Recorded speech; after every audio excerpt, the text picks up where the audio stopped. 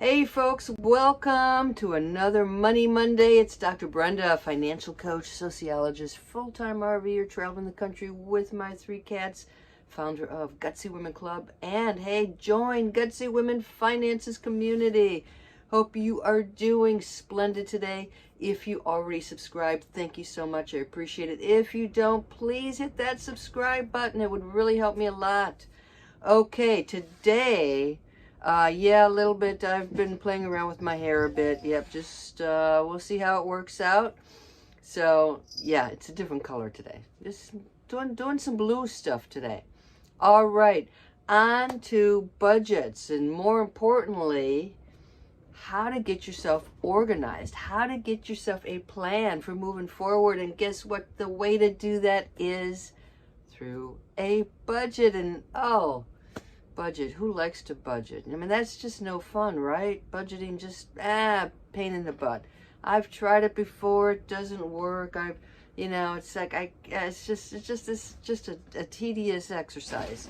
Well, it is and it isn't. It all depends on finding the right tool for you. So I'm going to take you through a tutorial on how you can find the budget tool that is really going to propel you toward managing that money, taking care of the money, growing your wealth.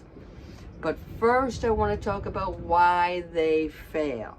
Let's talk about 6 reasons why budgets are most likely to fail. First one, budget has a couple of components.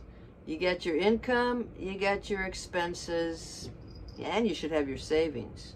So where it fails is you refuse to track your spending. Maybe, deep down inside, you already know that you're not happy with your spending, and you just, rather than face the music, you just continue to do what you're doing and not tracking the spending. So that's number one. Second reason, sometimes people go overboard on their budgets and they create all kinds of little categories, mini categories, from this subscription to that magazine or online program to whether I'm buying vegetables or meat. That it's crazy. So the second reason is that there's just too many categories. They've created so many categories that it becomes just this tedious process that no one looks forward to. And hey, you don't need to create all that many categories. Third reason, you didn't plan ahead, so your budget didn't work. So you created this budget, but you forgot about income taxes. Okay, maybe I've got to pay in some income taxes, or you forgot about a quarterly payment for your auto insurance. So then you're like, you know what? My budget is all thrown off. I'm just going to throw away the budget. So you've got a budget is really going to help you think about the future, plan for the future, but you have to think about what is coming down the pike to get your budget into a place where it really works for you. Number 4, budgets. So stressful. I don't want to look at my money scenario. Too stressful that I don't even want to start one.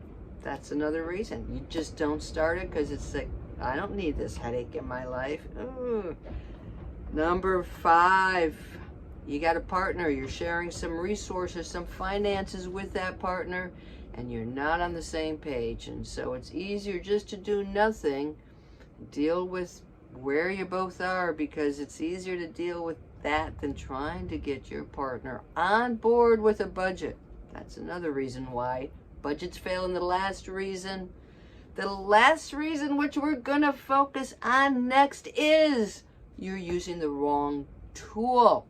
So think of a budget as not a spending tool, it's a savings tool. But it is a tool, it is a hammer, it is an axe. If you don't use it, it just sits there. If you're using a hammer to do something that a screwdriver needs to do, it's not gonna work. So you're using the wrong tool.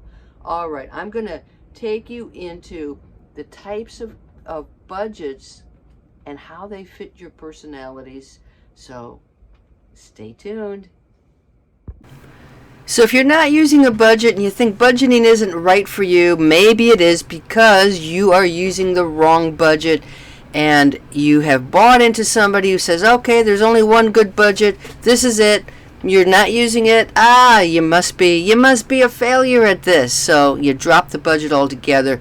How about matching the tool to your personality? I've got 5 different money personalities: the spender, the money geek, the seeker, the objector, and the app queen. So I'm going to play a little matching game here so you can see which one you might fall into. Okay. If you're okay with using an app to track your budget, as long as it's not too bothersome, you are the app queen. Let's go with this one. You love spreadsheets, manipulating data, and graphing results. If that's you, you're the money geek. How about this one? You detest budgets. You'd like to shut this whole discussion down. Oh, yep, you got it. You are the objector. You want the best tool for the job. You're willing to try new software. You are a researcher. You are a seeker. Finally, credit cards feel like free money. They ruin your best intention. You are the spender. So how can you have a budget that fits all of these money personalities? Well, there are different types of budgeting tools. So let's go ahead and talk about some of those.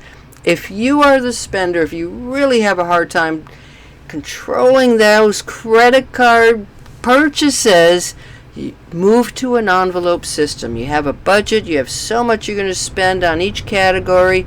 Use cash wherever you can, or load up a store card with that amount. When that amount is done for the month, you are done spending in that category for a month. And this works too if you have a weak category like maybe you go out and dine out way too frequently and you're spending way too much money. Perhaps that $8 latte, whatever it is a day, is a little bit too much. Whatever those categories are, give yourself a restaurant budget, put cash in there, use that. But that is a great budgeting tool for a spender. Let's talk about an objector. If you really hate the whole idea of budgeting, how on earth can you use a budget? I mean, is there something that's going to work for you? Okay, if we dissect a budget, it is income, it is expenses or spending, and it's savings. So turn your budget into a savings tool. Have a target for how much you're going to put into retirement, put into your emergency savings, put into your dream fund. Automatically send that money at each paycheck, each month, whatever works out best for you. Send it into those savings funds. Make sure you don't take from it. Send it into those savings funds. You're done with your budget. It doesn't matter how you use the money left over. You've already accomplished your job. I call it the save until it hurts method because you can eke up that savings until it gets a little bit uncomfortable. That's sort of your sweet spot. That's how you know, okay, this is a really good amount of money for me to save. Not making too many sacrifices. I can still spend some money, but I've met my savings targets. That it will work. So if you're an objector, there is a tool for you too. The app queen. There's so many apps out there now. Mint, Clarity Money are 2 of the apps. Your bank likely has an app. A lot of these apps now turn savings into a bit of a game. So try out different apps. See which one works for you. Hey, I am sure if you love apps, there's one that you will work perfect for what you want it to do. A seeker, if you are going to just go on research, go on the number, positive reviews, the robustness of the software.